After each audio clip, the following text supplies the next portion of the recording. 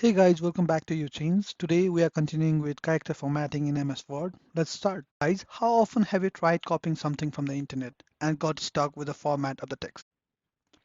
Let's move to one of the website. Let's say I would like to copy the content of this web page.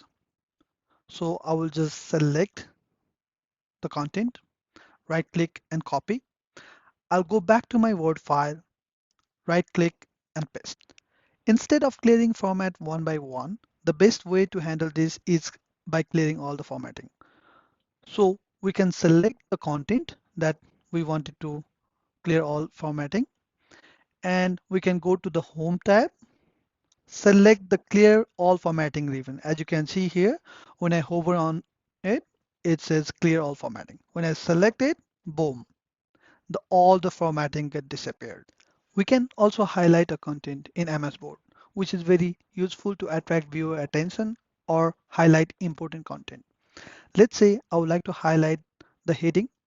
I will select the heading, go to Home menu tab, and click the Highlight ribbon.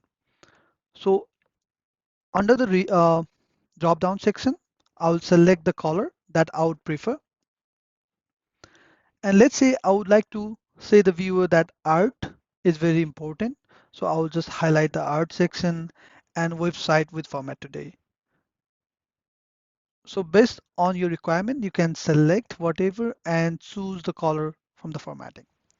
If you mistakenly highlight some of the content and if you would like to on-highlight, you can just go and select the content, go back and click the drop down under the highlight, and you can choose no color, which will give you no any highlight on the text. If you would like to change the color of the font, you can simply go and select the content that you would like to change the color, and you can go under the Home menu tab under Font Color ribbon, which will give you a drop down where you can select different colors, selection of color. So as of now, I'm going with red, and here you go. It turns into red. Putting a border on the content is also very popular these days, especially it can be seen on resume and the templates, different templates of the form. So let's learn how to put the border on the content.